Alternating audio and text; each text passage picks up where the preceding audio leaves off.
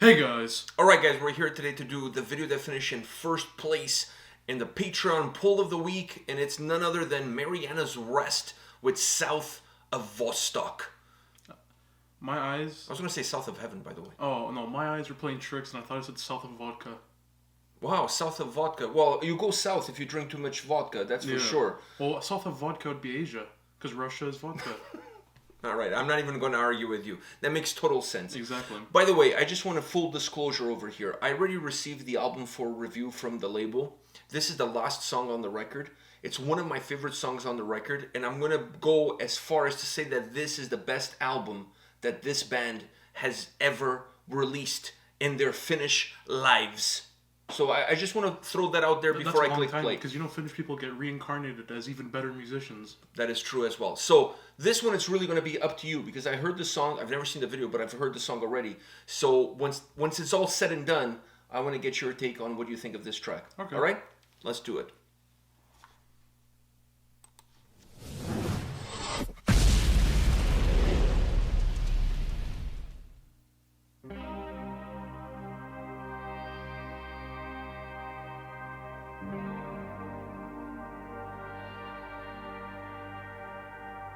Siellä missä aikaa ei ole ja paikka on menettänyt merkityksensä. Tuuli sulki korvani, kylmä kantoi kauas ajatukseni. Äärettömään mereen katoava jääkenttä.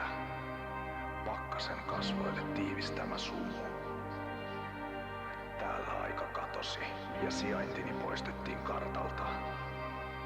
Kun kaikki loppui, minä olin täällä.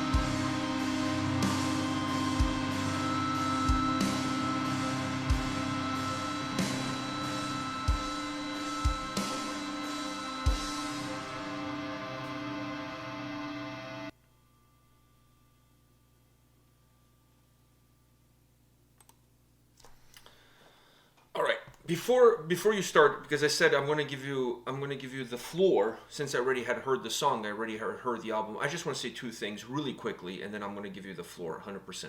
First thing I want to say is that I'm going to reiterate, this is my favorite song of the album. This is the last song, if I'm not mistaken, of the record, and it's just, this song blew me away.